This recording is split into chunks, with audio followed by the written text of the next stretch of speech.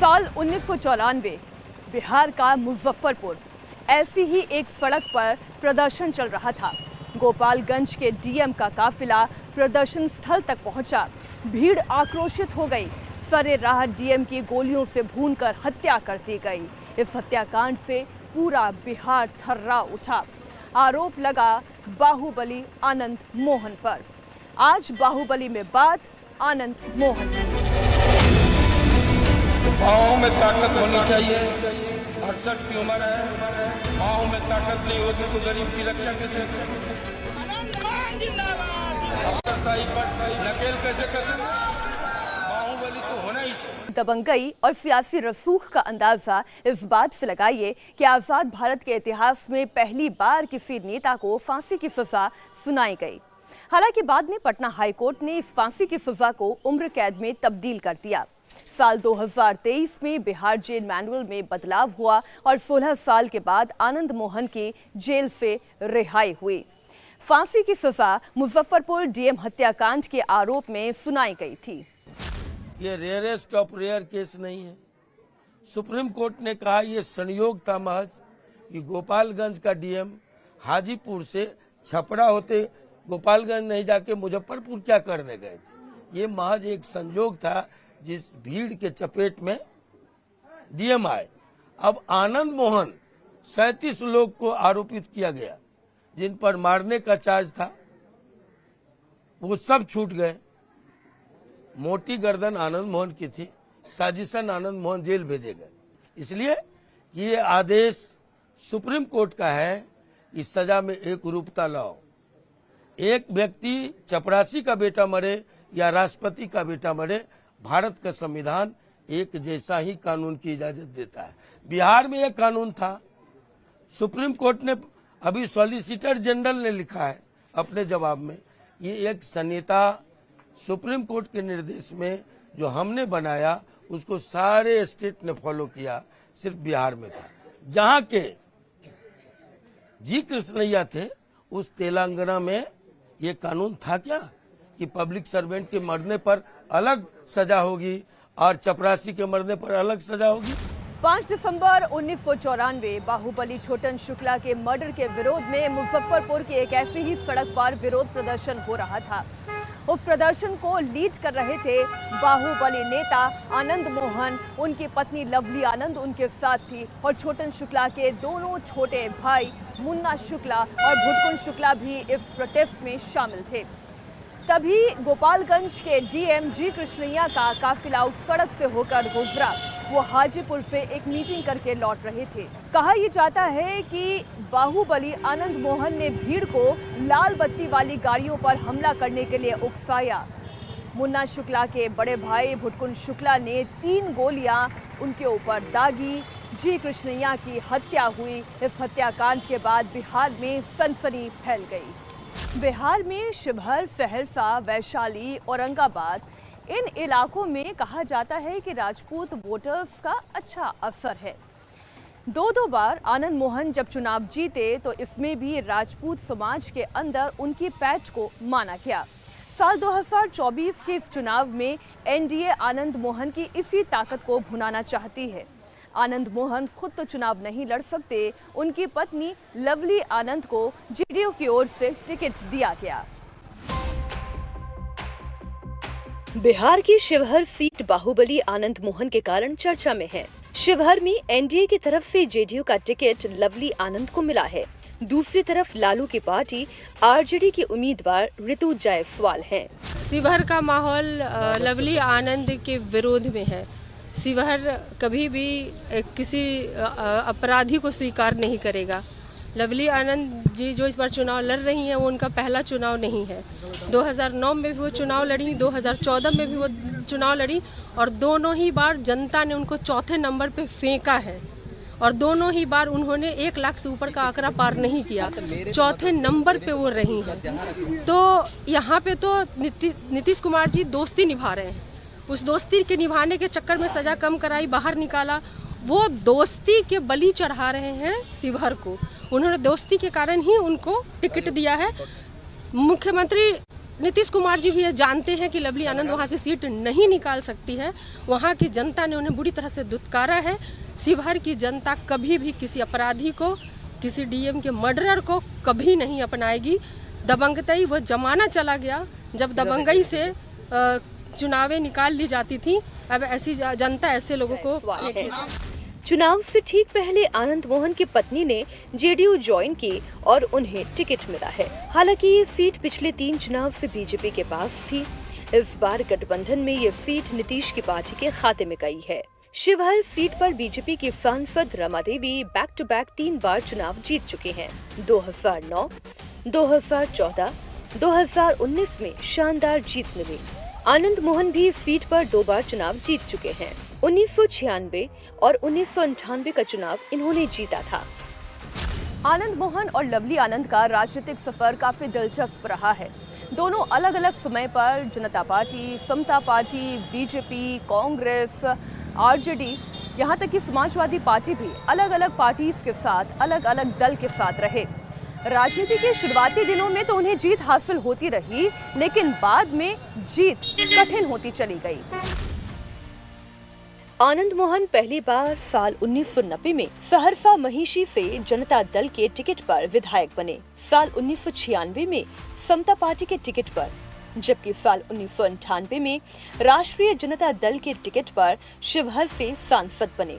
उसके बाद उन्होंने 1999 में एनडीए की तरफ से शिवहर से लोकसभा चुनाव लड़ा, लेकिन हार गए। जबकि साल 2004 में भी लोकसभा चुनाव में उनकी हार हुई। जबकि आनंद मोहन की पत्नी लवली आनंद ने साल 1994 में बिहार की वैशाली सीट से लोकसभा चुनाव जीता। उसके बाद वो कांग्रेस, सपा और हम से भी चुनाव लड़ चुकी हैं, लेकिन हर बार उनकी हार हुई है। एक तरफ लवली आनंद जी आप हैं और दूसरी तरफ ऋतु जायसवाल हैं। लोग अब ये कह रहे हैं कि देखिए, एक तरफ जो है बाहुबल है, ताकत है, और दूसरी तरफ कलम है। इस पर आप क्या जवाब देंगे? देखिए, हम लोग का जो है जितना राजनीति का सफर हुआ उतना शायद उम्र भी नहीं हो विपक्ष में, और वो हमारे सामने बच्ची है जो आप लोग बराबर करते हो। यहाँ तो जनता, यहाँ तो कोई लड़ाई ही नहीं है, यहाँ जनता ने मन बना लिया है। हम लोग यहाँ से आप जान रहे हैं कि पुराने हैं, 30 साल का संबंध है हमारा शिवहर से। यही शिवहर के महान जनता ने आनंद मोहन जी जब निर्दोष फंसाए गए थे लालू जी के राज में, उनके द्वारा जेल में थे, तो यही निर्दोष जब थे तो यहाँ जनता ने, महान जनता ने 2-2 बार सांसद बना करके इनको सेवा करने का मौका दिया। समय कम मिला, काफ़ी काम हुआ, तो उस समय से हमारा भी जुड़ाव रहा। आनंद मोहन जी हमेशा कहते रहे कि मैं शिवहर का नेता नहीं, बेटा हूँ, और बेटा का जो कर्तव्य होता है इन्होंने निभाया। रेलवे जो है हमारा उस समय से ही सर्वे करा के रखा हुआ है आनंद मोहन जी के समय से, क्योंकि यहाँ रेलवे लाइन नहीं है। ये भी हमारा मुद्दा है कि रेलवे लाइन शिवहर में हो, सीतामढ़ी शिवहर भाया मोतिहारी। उसके बाद आपको पुनौरा धाम में भव्य मंदिर बनेगा, सीता माँ का जैसे राम मंदिर बना है अयोध्या में माननीय मोदी जी के द्वारा उनके काल में, तो उसी तरह से आपको बागमती पर पुल का है, रीगा चीनी मिल और बहुत सारे जो भी चीनी मिल है बंद पड़ा हुआ है, इसको खुलवाना है। विकास हमारा मुद्दा है, और साथ ही साथ सब जनता ने मन बना लिया है कि मोदी जी को देश के तीसरे बार प्रधानमंत्री बनाना।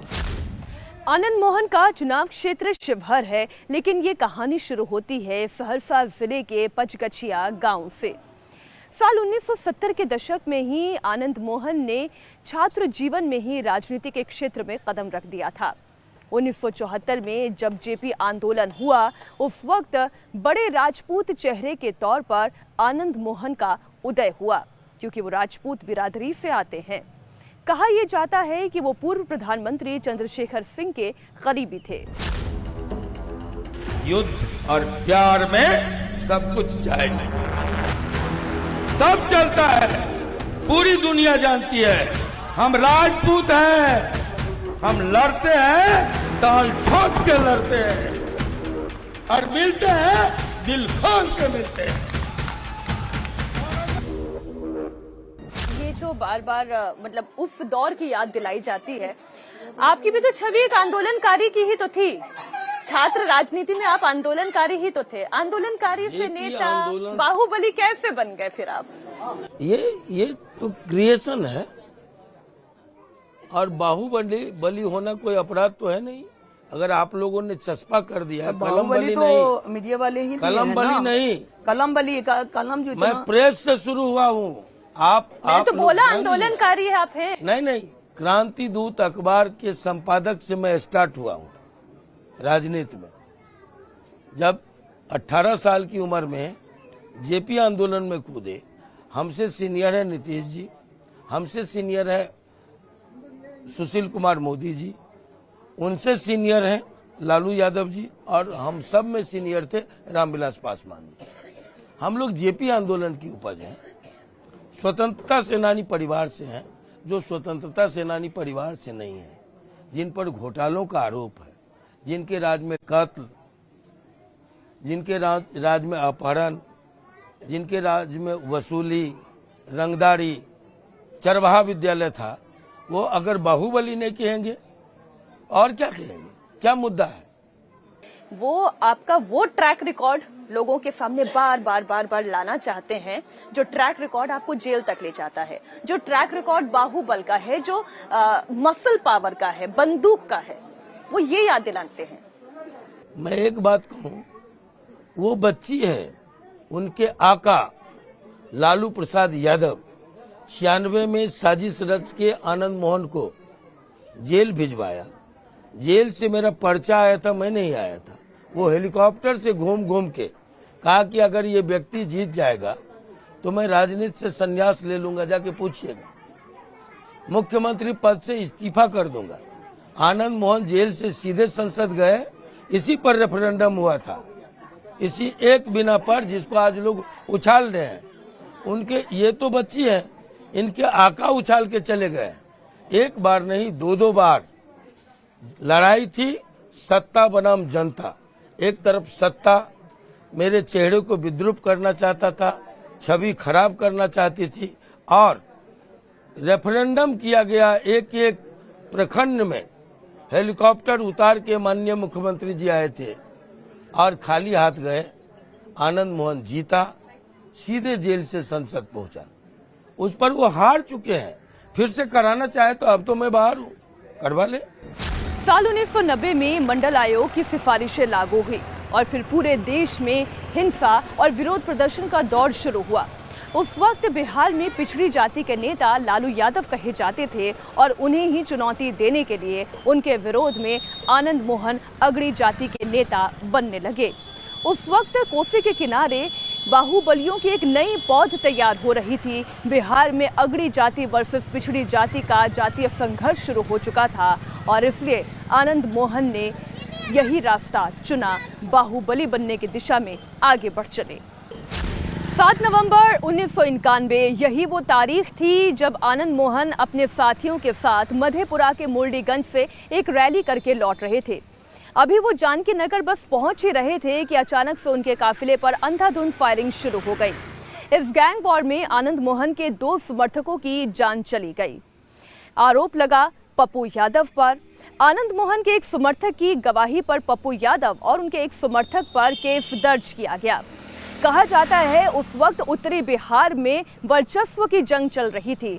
आए दिन आनंद मोहन और पप्पू यादव के समर्थकों के बीच में गोलीकांड हुआ करते थे और इस गैंग वॉर से बिहार थरथराया हुआ था। कहा जाता है कि पप्पू यादव को लालू यादव का पूरा समर्थन हासिल था, तो वहीं आनंद मोहन को अगड़ी जाति के नेताओं का। इसमें रघुनाथ झा और पूर्व पीएम चंद्रशेखर सिंह जैसे बड़े नाम भी शामिल थे। एक बार लालू यादव ने चंद्रशेखर सिंह से आनंद मोहन की शिकायत कर दी थी। वो चंद्रशेखर सिंह को अपना गुरु भी मानते थे। लालू यादव चंद्रशेखर सिंह का बहुत सम्मान करते थे। उन्होंने कहा कि आप किसी तरह से अंकुश लगा दें आनंद मोहन पर, क्योंकि भारत की चौहद्दी में केवल एक वही ऐसे नाम थे, एक वही ऐसे शख्स थे जो आनंद मोहन को रोक सकते थे। लेकिन यहाँ पर चंद्रशेखर सिंह ने आनंद मोहन का साथ दिया। उन्होंने लालू यादव से कहा कि तुम उसे छोड़ दो, जब सही वक्त आएगा वो खुद समर्पित हो जाएगा। लालू सरकार में बाहुबली आनंद का NSA, CCA और मीसा के तहत कई आपराधिक धाराओं में मुकदमे दर्ज किए गए हैं। इसके पीछे वजह आनंद मोहन का आपराधिक रिकॉर्ड माना जाता है। हालांकि वो कभी पुलिस की पकड़ में नहीं आए। 1990 में ही आनंद मोहन सिंह ने पुलिस के सामने सरेंडर किया था और उसके बाद वो राजनीति में आए। साल 1990 में आनंद मोहन ने अपना पहला चुनाव जीता था। वो कोसी इलाके के सबसे बड़े दबंग बाहुबली राजपूत नेता के तौर पर उभरे थे। उनकी तस्वीरें अक्सर बिहार के अखबारों में और पत्र पत्रिकाओं में छपती रहती थी। कभी वो अपने हाथों में बंदूक थामे नजर आते थे तो कभी घोड़े की सवारी करते दिखाई देते थे। किसी ने ऐसा भेज दिया था, हम सब लोग मांग करते थे। जो इसमें नहीं हुआ था तो कितने लोग इसका डिमांड कर रहे थे कि होना चाहिए, तब हो गया, तब उसके बाद आप विरोध कर रहे हैं। तो इस विरोध का कोई मतलब नहीं है। और जरा सा बता दें कि जो भी 16 में जारी हुआ है, जो हमने बता दिया आपको केंद्र की तरफ से, तो उसमें क्या प्रावधान है। तो जब प्रावधान ही नहीं है, तब बिहार में था उसको भी हट गया, अब सबके लिए बराबर हो गया, तो इसको लेकर के कोई विरोध करने का तो कोई तुक नहीं है। 90 का दौर सिर्फ बिहार के लिए ही नहीं बल्कि पूरे भारत में राजनीतिक उथल पुथल वाला समय था। उस वक्त एक तरफ बीजेपी जहां राम मंदिर आंदोलन को लेकर कांग्रेस की राजनीति को चुनौती दे रही थी, तो वहीं दूसरी तरफ वीपी सिंह की सरकार के दौरान मंडल आयोग की सिफारिशों को लेकर कहीं पर आरक्षण के समर्थन में तो कहीं आरक्षण के विरोध में हंगामा हो रहा था। उस दौर में जनता दल ने, बिहार के खास तौर पे नेताओं ने मंडल आयोग की सिफारिशों का समर्थन किया। लालू यादव हो, शरद यादव हो या फिर रामविलास पासवान जहां मंडल आयोग की सिफारिशों का स्वागत कर रहे थे, तो वहीं राजपूत बिरादरी से आने वाले आनंद मोहन ने इसके विरोध में अपनी नई पार्टी का गठन कर दिया। साल 1993 में आनंद मोहन ने बिहार पीपल्स पार्टी बनाई। आनंद मोहन की लोकप्रियता का आलम ये था कि 1995 में उनकी पार्टी BPP ने नीतीश कुमार की समता पार्टी से भी कहीं बेहतर प्रदर्शन किया था। हालांकि वो 3 सीटों से खड़े होने के बावजूद चुनाव हार गए। बाद में उन्होंने अपने पार्टी का विलय नीतीश कुमार की समता पार्टी में कर लिया। आनंद मोहन एक ऐसे बाहुबली हैं जो न केवल खुद बाहुबली बने बल्कि दूसरी जातियों के बाहुबलियों को भी पूरा सपोर्ट किया। उन्होंने सूरजभान, अनंत सिंह, श्री प्रकाश शुक्ला, वैशाली के बाहुबली शुक्ला परिवार को अपने साथ जोड़ा और बिहार में सरकार के साथ एक समानांतर सरकार बनाई। 90 के दशक में तो राजनीति और बाहुबल का गठजोड़ जीत की गारंटी हुआ करता था, लेकिन क्या यही फॉर्मूला साल 2024 में भी कारगर साबित होगा? क्या आनंद मोहन लवली आनंद को अपने बाहुबल के दम पर जिता पाएंगे? ये तो वक्त ही बताएगा। बाहुबली में आज बस इतना ही।